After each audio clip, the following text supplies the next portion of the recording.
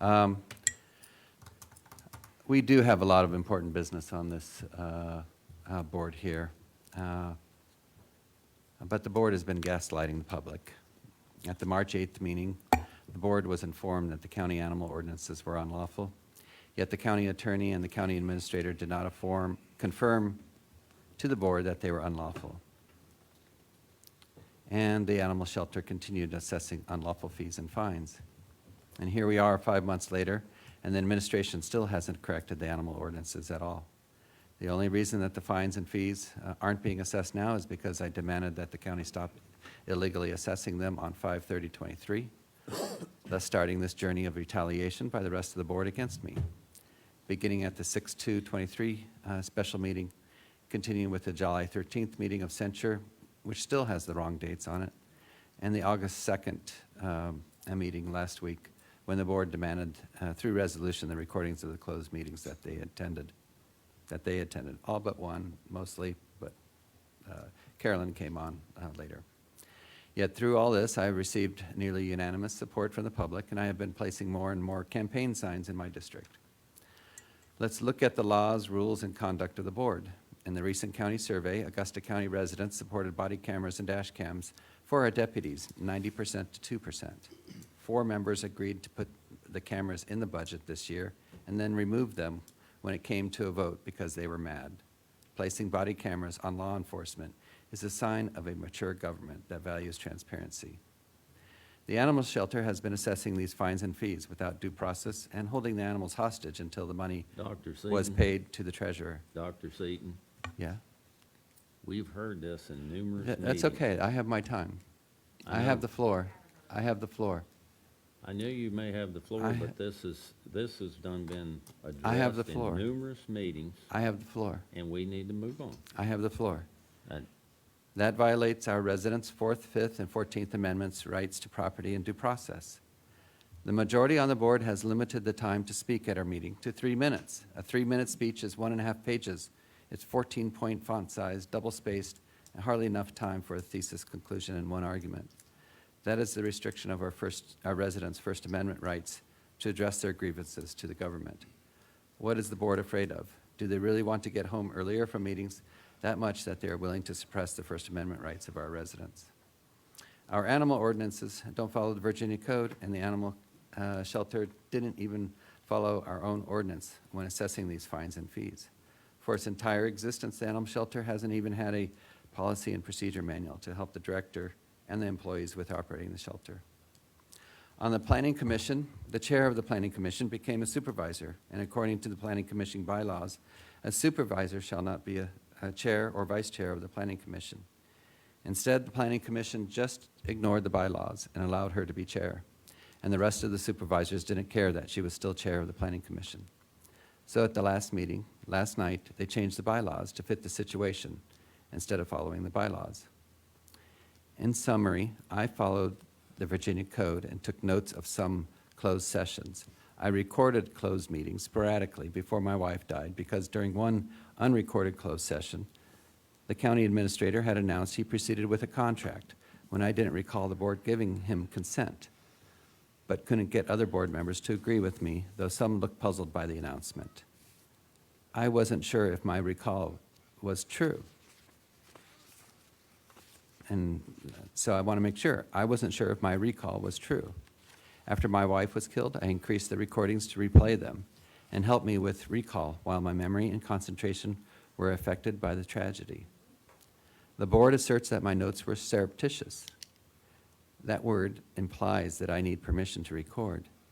And well-established Virginia Code 19.2-62B2 and 2.2-3712I states that I may take notes during closed sessions by recording them. The board chair asserts that my conduct, while legal, was unethical, yet he won't cite authority for his opinion. Perhaps recording government officials conducting government business is unethical to him, but not to the residents of the county or our country. Calling our rights under the U.S. and Virginia Constitution unethical is wrong and is the first step toward violating our rights. Our rights in the U.S. and Virginia Constitution, whether enumerated or implied, are derived from each person's responsibility to preserve their own life, liberty, and property, and to defend themselves from an often overreaching government. This is one reason why we need more transparency at all levels of government, whether on the Board of Supervisors, Planning Commission, Board of Zoning Appeals, or body cameras and dash cams for our deputies, so that our residents can trust the decisions and activities of our government.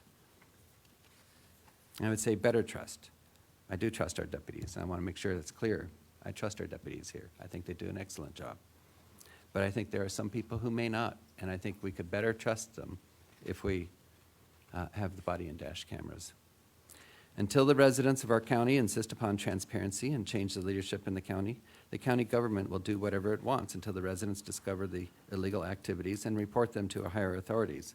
And hopefully those authorities will act, whether by judicial or executive powers, to preserve our constitutional rights and force our county to follow Virginia Code, county ordinances, and its own bylaws.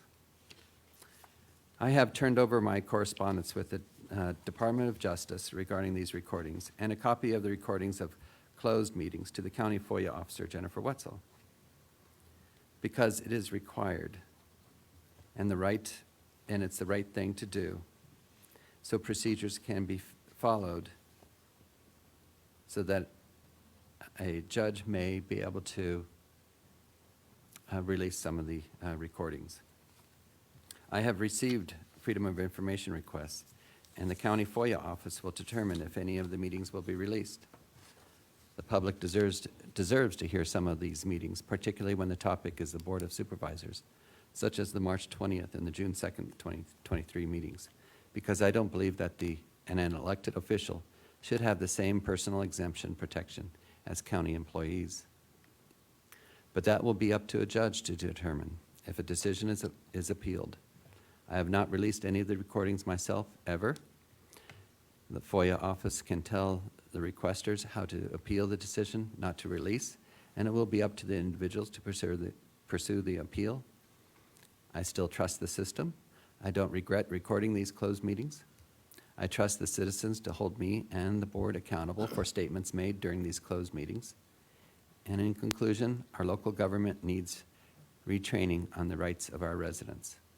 And our residents are ready for a mature government that responds to the residents instead of hiding from them. Thank you. Is that all, Dr. Seaton? Mrs. Bragg? Just wanted to highlight a few things that have happened over the last few weeks. Of course, we did finish out a terrific fair week, and I want to thank everybody who came out and supported it and supported ag in Augusta County. It's very important. The Virginia Secretary of Labor, Brian Slater, was in our area, so that was a good event. It was a Valley Business Summit, so he came and spoke to a bunch of our local businesses. National Night Out was I thought, a tremendous success. I really appreciate all the efforts that were made by our 3 localities in Augusta County for holding that for the citizens, and I hope it was out here this time, so I hope to see that grow. And I would be remiss if I did not mention that the Stewart Straff Fireman's Carnival